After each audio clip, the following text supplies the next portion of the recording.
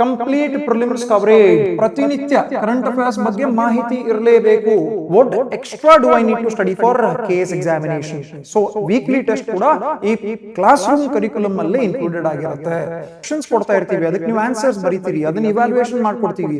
ನಾವು ಹೇಳ್ತೀವಿ ಇದನ್ನ ನೀವು ತಪ್ಪು ಮಾಡ್ತಾ ಇದ್ದೀರಾ, ಇದನ್ನ ಚೆನ್ನಾಗಿ ಮಾಡ್ತಾ ಇದ್ದೀರಾ. That means we will be offering you all the notes and the study materials as well as current affairs which are required to clear this KPSC KS examination. ಪ್ರತಿ ಈಗ ರೆಗ್ಯುಲರ್ ಆಗಿ ನಿಮಗೆ ಒಬ್ರು ಮೆಂಟೋರ್ ಅಸೈನ್ ಆಗ್ತಾರೆ.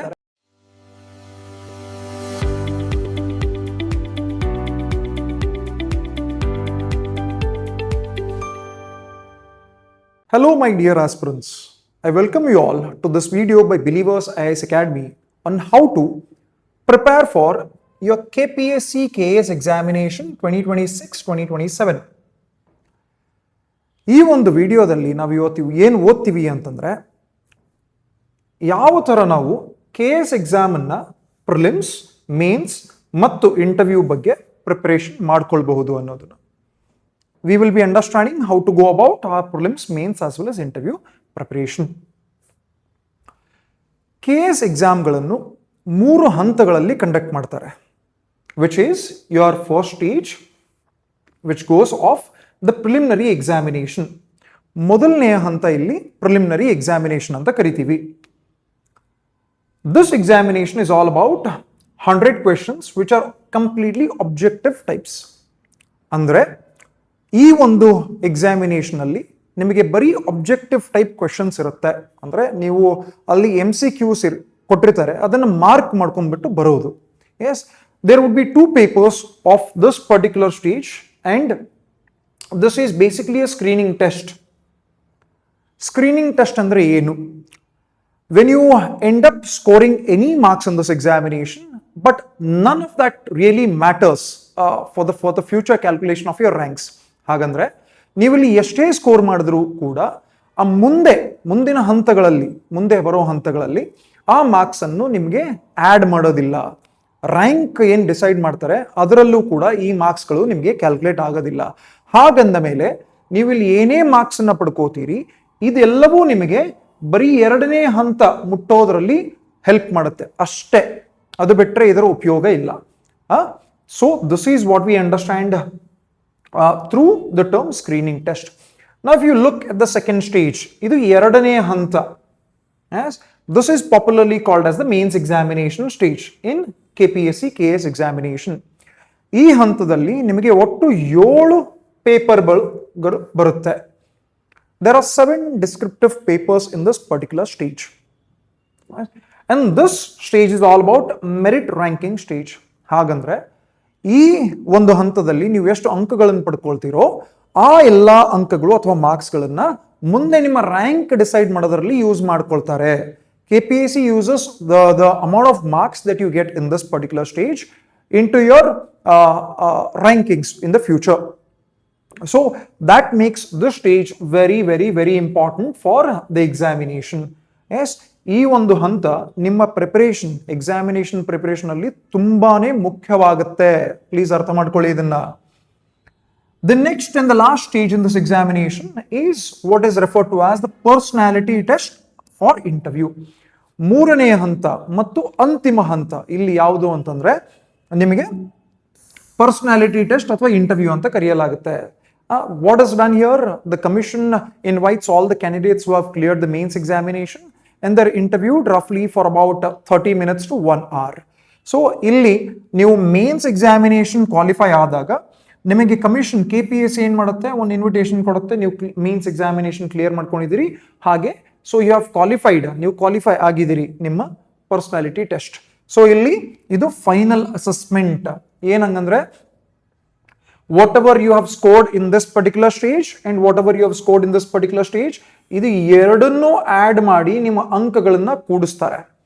ಇಲ್ಲಿ ನೀವು ಎಷ್ಟು ಅಂಕಗಳನ್ನು ಪಡ್ಕೊಂಡಿರ್ತೀರೋ, ಇಲ್ಲಿ ನೀವು ಎಷ್ಟು ಅಂಕಗಳನ್ನು ಪಡ್ಕೊಂಡಿರ್ತೀರೋ, ಎಷ್ಟು ಮಾರ್ಕ್ಸ್ ಇಲ್ಲಿ, ಎಷ್ಟು ಮಾರ್ಕ್ಸ್ ಇಲ್ಲಿ, ಎರಡನ್ನೂ ಕೂಡ್ಬಿಟ್ಟು ನಿಮ್ಮ ರ್ಯಾಂಕ್ ಅನ್ನ ಕಮಿಷನ್ ಕೊಡುತ್ತೆ. ನಾಳೆ ನೀವು ಏನಾದರೂ ಅಸಿಸ್ಟೆಂಟ್ ಕಮಿಷನರ್ ಆಗಬೇಕು, DYSP ಆಗಬೇಕು ಅಂತ ಕನಸಿದ್ದಲ್ಲಿ ನೀವು ಈ ಹಂತದಲ್ಲೂ ಚೆನ್ನಾಗಿ ಪ್ರಿಪೇರ್ ಆಗಬೇಕು, ಈ ಹಂತದಲ್ಲೂ ಚೆನ್ನಾಗಿ ಪ್ರಿಪೇರ್ ಆಗಬೇಕು.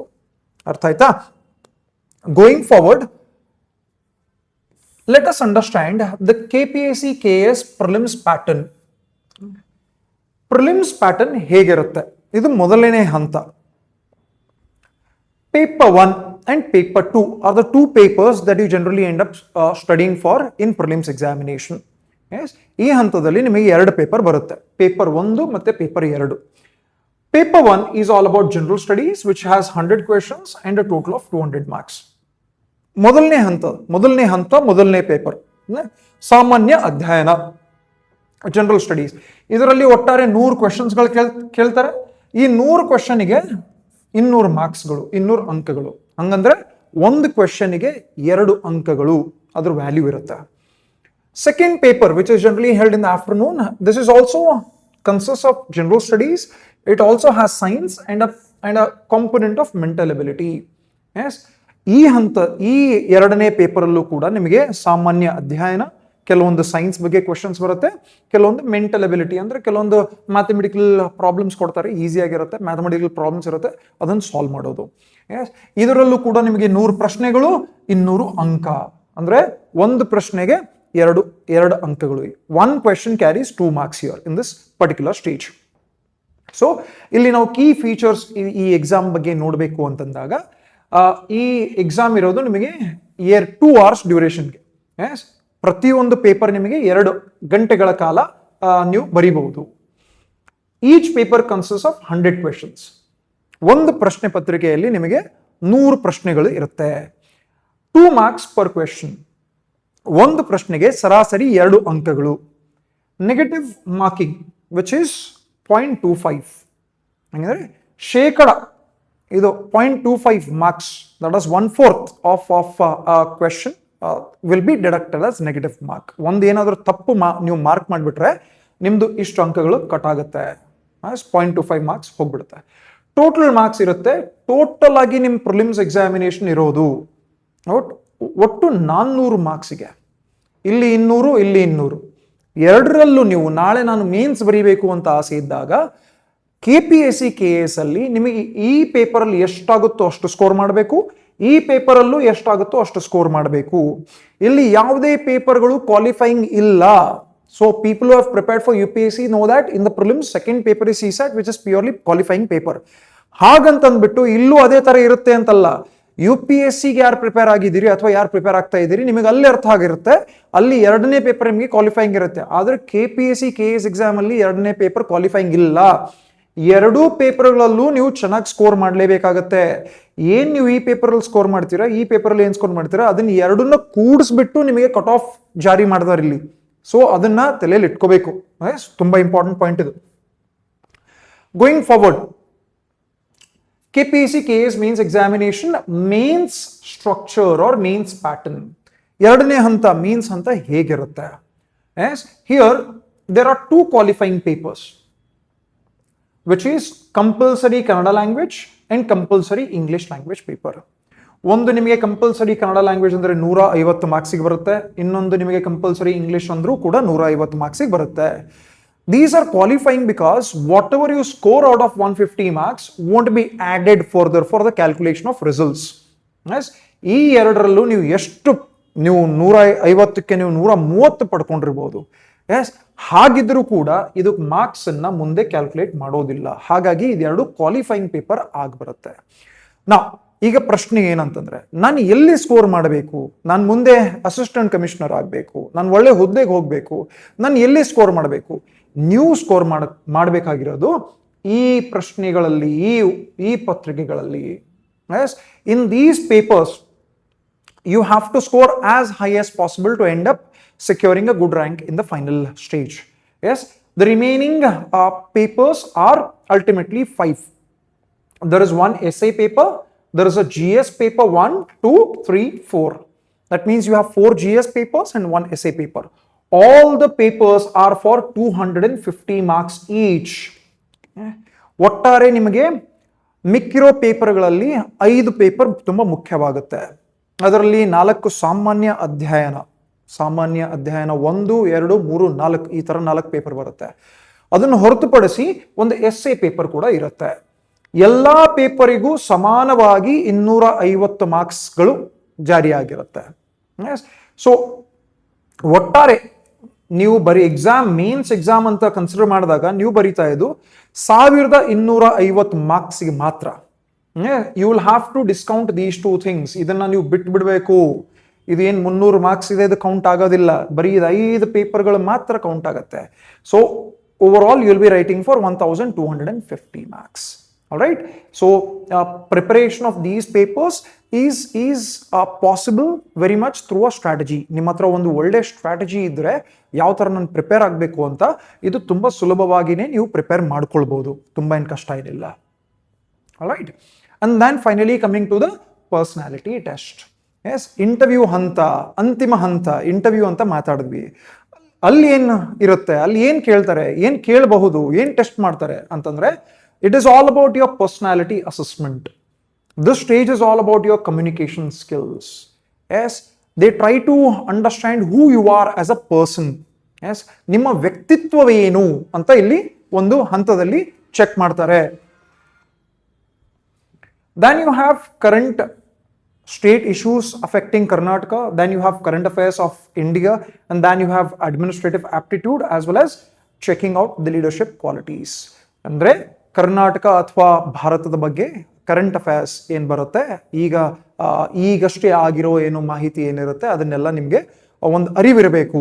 ಎಸ್, ಆಮೇಲೆ ಅಡ್ಮಿನಿಸ್ಟ್ರೇಟಿವ್ ಆಪ್ಟಿಟ್ಯೂಡ್ ಅಂತಂದ್ರೆ ನಾಳೆ ಯಾವ ಥರದ ಒಂದು ನೀವು ಅಧಿಕಾರಿ ಆಗ್ತೀರಿ ಅಂತ ಒಂದು ಪ್ರಶ್ನೆ ಬಂದಾಗ ಅದ್ರ ಬಗ್ಗೆ ಒಂದು ನಿಮ್ಗೆ ಗ್ಲಿಮ್ಸ್ ತರ ನಿಮ್ಮಿಂದ ಅವರು ತಿಳ್ಕೊಳಕ್ ಬಯಸ್ತಾರೆ. So all this is part of your personality test, right? Coming to what is the KPSC KS syllabus in a nutshell. Paper 1, Paper 2 ಇದು ಬಂದು ನಿಮ್ಮ ಪ್ರಿಲಿಮ್ಸ್ ಹಂತದಲ್ಲಿ. These papers Kannada, English and then 4 GS papers and then 1 essay paper. In a nutshell, this is how many papers you will have to prepare this examination for. KS ಗೆ ನಾನು prepare ಆಗ್ತೀನಿ ಅಂತಂದ್ರೆ ಇಷ್ಟೆಲ್ಲ ಪೇಪರ್ಗಳಿಗೆ ನೀವು prepare ಆಗಬೇಕು ನಾಳೆ. Okay, ನಾವು ಒಂದು ಹಂತದಲ್ಲಿ ನಾವು ಅರ್ಥ ಮಾಡ್ಕೊಂಡ್ವಿ, ನಾನು KS ಎಕ್ಸಾಮಿನೇಷನ್ ಬರೀಬೇಕು, ನಾನೊಬ್ಬ ಒಳ್ಳೆ ಅಧಿಕಾರಿ ಆಗಬೇಕು ನಾಳೆ ಕರ್ನಾಟಕ ಸರ್ಕಾರದಲ್ಲಿ ಅಂತಂದ್ರೆ ನಾನು ಯಾವ ತರ ಈ ಎಕ್ಸಾಮ್ ಇರುತ್ತೆ ಅಂತ ಒಂದು ಮಾಹಿತಿ ನನಗೆ ಅರ್ಥ ಆಗಿದೆ. I have understood as to what kind of a pattern or what kind of a question papers can be expected in KS examination, right? ನಾವು ನಮ್ಮ ಸಂಸ್ಥೆ ಬಿಲೀವರ್ಸ್ IAS ಅಕಾಡೆಮಿಯಲ್ಲಿ ನಾವು ನಿಮ್ಮನ್ನ ಹೇಗೆ KS ಆಫೀಸರ್ ಮಾಡ್ತೀವಿ ಅನ್ನೋದು ನೀವು ಅದನ್ನ ತಿಳ್ಕೊಳ್ಬಹುದು. Yes, in believers IAS academy how would we end up making you a KS officer is what the information lies here. First of all, the course that we offer for anybody aspiring to become a KS officer includes complete prelims coverage. ಮೊದಲನೇ ಹಂತ ಏನಿತ್ತು ಅದರ ಬಗ್ಗೆ ಎಲ್ಲವನ್ನೂ ಹೇಳ್ಕೊಡ್ತೀವಿ ನಿಮಗೆ. Complete prelims coverage ಇರುತ್ತೆ. ಯಾವ್ಯಾವ ಸಬ್ಜೆಕ್ಟ್ಸ್ಗಳಿರುತ್ತೆ, ಹಿಸ್ಟ್ರಿ, ಜಿಯೋಗ್ರಫಿ, ಇಕನಾಮಿ, ಪಾಲಿಟಿಕ್ಸ್, ನಿಮಗೆಲ್ಲವೂ ಕೂಡಿಸಿ ಕ್ಲಾಸಸ್ಗಳು ಆಗತ್ತೆ. ಕಂಪ್ಲೀಟ್ ಪ್ರಿಲಿಮ್ಸ್ ಕವರೇಜ್ ಇರುತ್ತೆ. Second, comprehensive mains preparation as well. Prelims ಮೊದಲನೇ ಹಂತವಾದಲ್ಲಿ ಮೇನ್ಸ್ ನಿಮ್ದು ಎರಡನೇ ಹಂತವಾಗುತ್ತೆ. ಸೊ ಇಲ್ಲಿ ಬಂದು ನಿಮಗೆ complete comprehensive mains preparation. Comprehensive ಅಂದ್ರೆ ಒಟ್ಟಾರೆ ಎಲ್ಲವನ್ನು ಕೂಡಿಸಿ ನಿಮಗೆ ಕ್ಲಾಸಸ್ ಆಗುತ್ತೆ. ಮೂರನೇದು ಬಂದು ಡೈಲಿ ಕರೆಂಟ್ ಅಫೇರ್ಸ್. ಈಗ ಎಕ್ಸಾಮಿನೇಷನ್ ಹೇಗಾಗ್ಬಿಟ್ಟಿದೆ ಅಂತಂದ್ರೆ ಕ್ವೆಶ್ಚನ್ ಪೇಪರ್ ಅಲ್ಲಿ ಸ್ಟ್ಯಾಟಿಕ್ ಗಿಂತ ಜಾಸ್ತಿ ನಿಮಗೆ ಕರೆಂಟ್ ಅಫೇರ್ಸ್ ಕೇಳ್ತಾರೆ. ಸೊ ಹಾಗಾಗಿ ನಿಮಗೆ ಪ್ರತಿನಿತ್ಯ ಕರೆಂಟ್ ಅಫೇರ್ಸ್ ಬಗ್ಗೆ ಮಾಹಿತಿ ಇರಲೇಬೇಕು. So we end up giving you current affairs on a daily basis in this particular course. Not just that, Karnataka special topics are also covered separately. Ega ನೀವು, if you say I am already preparing for UPSC examination, I am already an aspirant for UPSC, so I have already studied geography, history, economics, politics, etc. What extra do I need to study for KS examination?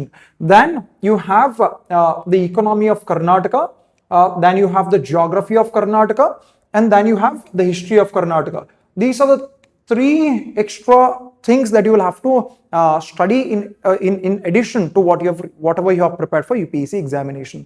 ಏನಿಲ್ಲ ಇದರ ಅರ್ಥ, ನಾನು UPSC already ಓದಿದ್ದೀನಿ ಅಥವಾ ನಾನು UPSC prepare ಮಾಡ್ತಾ ಇದ್ದೀನಿ, ನಾನಿಲ್ಲಿ ಏನು ಹೆಚ್ಚುವರಿಯಾಗಿ ಓದೋಕ್ ಸಾಧ್ಯತೆ ಇದೆ ಅಂತಂದ್ರೆ Karnataka economy, Karnataka geography, Karnataka history, ಇದನ್ನು ನೀವು ಎಕ್ಸ್ಟ್ರಾ ಓದಲೇಬೇಕಾಗುತ್ತೆ ಇಲ್ಲಿ. So our classes would include Karnataka special topics as well in to addition. Then ಈಗ if you want to know how are you performing, you need some kind of an assessment that goes on regularly. So for that reason, we end up providing weekly tests for KS examination as part of the classroom curriculum. ನಿಮ್ಮ performance ಹೇಗಿದೆ ಅಂತ ನೀವು ಅರ್ಥ ಮಾಡ್ಕೋಬೇಕು ಅಂದಲ್ಲಿ ನಿಮಗೆ ನಾವು weekly test ಅನ್ನ conduct ಮಾಡ್ತೀವಿ. ಅಂದ್ರೆ ನೀವು ಯಾವ ತರ ಯಾವ ಡೈರೆಕ್ಷನ್ ಹೋಗ್ತಾ ಇದ್ದೀರಿ, ಕರೆಕ್ಟ್ ಆಗಿ ಹೋಗ್ತಾ ಇದ್ದೀರಿ, ತಪ್ಪಾಗಿ ಹೋಗ್ತಾ ಇದ್ದೀರಿ, ನೀವು ಇದನ್ನ ಮಾಡಬೇಕಾಗಿತ್ತು, ನೀವು ಇದನ್ನ ಮಾಡಲಿಲ್ಲ, ಇದನ್ನೆಲ್ಲ ನಿಮ್ಮ ವೀಕ್ಲಿ ಟೆಸ್ಟ್ ಅಲ್ಲಿ ನಿಮಗೆ ಅರ್ಥ ಆಗುತ್ತೆ. ಸೊ ವೀಕ್ಲಿ ಟೆಸ್ಟ್ ಕೂಡ ಈ ಕ್ಲಾಸ್ ರೂಮ್ ಕರಿಕ್ಯುಲಮ್ ಅಲ್ಲೇ ಇನ್ಕ್ಲೂಡೆಡ್ ಆಗಿರುತ್ತೆ. ಇಷ್ಟೇ ಅಲ್ಲ, you will also be offered full length mock test. ಈಗ ಮೇನ್ಸಿಗೆ ಮತ್ತೆ ಪ್ರಿಲಿಮ್ಸಿಗೆ ನಾನು ತಪ್ಪು ಹೋಗ್ತಾ ಇದ್ದೀನಿ, ನಾನು ಕರೆಕ್ಟಾಗಿ ಓದ್ತಾ ಇದ್ದೀನಿ ಇಲ್ವಾ ಅನ್ನೋದಕ್ಕೆ ನೀವು ಅದನ್ನ ಓದಬೇಕಾಗತ್ತೆ. ಓದಿ ನೀವು ಒಂದು ಟೆಸ್ಟನ್ನ ಬರೀಬೇಕಾಗತ್ತೆ. Then the assessment comes out. So as part of the class room curriculum, as part of this package, we also offer full length mock ಟೆಸ್ಟ್ಗಳು. ಎಲ್ಲ ಮಾಕ್ ಟೆಸ್ಟ್ಗಳು ನಿಮಗೆ ಕೊಡಕ್ಕಿರುತ್ತೆ. Then we have answer writing programme itself. ಈಗ prelims ಅಂತೂ ಹೆಂಗೋ clear ಮಾಡ್ಕೋಬಹುದು, ಅಲ್ಲಿ ಬರೀ ನಿಮಗೆ MCQs ಇರುತ್ತೆ, ಮಾರ್ಕ್ ಮಾಡ್ಕೊಂಡು ಮನೆಗೆ ಬಂದ್ಬಿಡ್ತೀರಿ. ಮೇನ್ಸ್ಗೆ ಏನ್ ಮಾಡ್ತೀರಿ, ಅಲ್ಲಿ ಬರೀಬೇಕಾಗತ್ತೆ. ಬರೆಯೋದಂದ್ರೆ ಸುಮ್ಮನೆ ಅಲ್ಲ, ಅವ್ರು ಏನ್ ಕ್ವಶನ್ ಕೇಳಿದರೆ ಅದಕ್ಕೆ ಅರ್ಥಪೂರ್ಣವಾಗಿ ನಿಮಗೆ ಆನ್ಸರ್ಸ್ ಪ್ರಶ್ನೆ ಪತ್ರಿಕೆಗಳಿಗೆ ಉತ್ತರ ನೀಡಬೇಕಲ್ಲಿ. ಅದು ಯಾವಾಗ ಆಗ್ಬಹುದು, only with good answer writing practice. So our program, our classroom program has an answer writing practice integrated into itself. ಹಾಗಂದ್ರೆ ಪ್ರತಿನಿತ್ಯ ನಾವು ನಿಮಗೆ ಆನ್ಸರ್ಸ್, ನಿಮ್ಗೆ ಕ್ವೆಶನ್ಸ್ ಕೊಡ್ತಾ ಇರ್ತೀವಿ, ಅದಕ್ಕೆ ನೀವು ಆನ್ಸರ್ಸ್ ಬರೀತೀರಿ, ಅದನ್ನ ಇವ್ಯಾಲ್ಯೂಯೇಷನ್ ಮಾಡ್ಕೊಡ್ತೀವಿ. ನಾವು ಹೇಳ್ತೀವಿ ಇದನ್ನ ನೀವು ತಪ್ಪು ಮಾಡ್ತಾ ಇದ್ದೀರಾ, ಇದನ್ನ ಚೆನ್ನಾಗಿ ಮಾಡ್ತಾ ಇದ್ದೀರಾ, ಇದು ಇಲ್ಲಿಗೆ ಬರಿಬೇಕಾಗಿತ್ತು, ಇದು ಇಲ್ಲಿಗೆ ಬರಿಬೇಕಾಗಿತ್ತು, ಈ ತರ ಎಲ್ಲ ನಾವು ಹೇಳ್ಕೊಡ್ತೀವಿ. So that is also included. ಇಷ್ಟೇ ಅಲ್ಲ, even interview guidance program is also included within this particular package.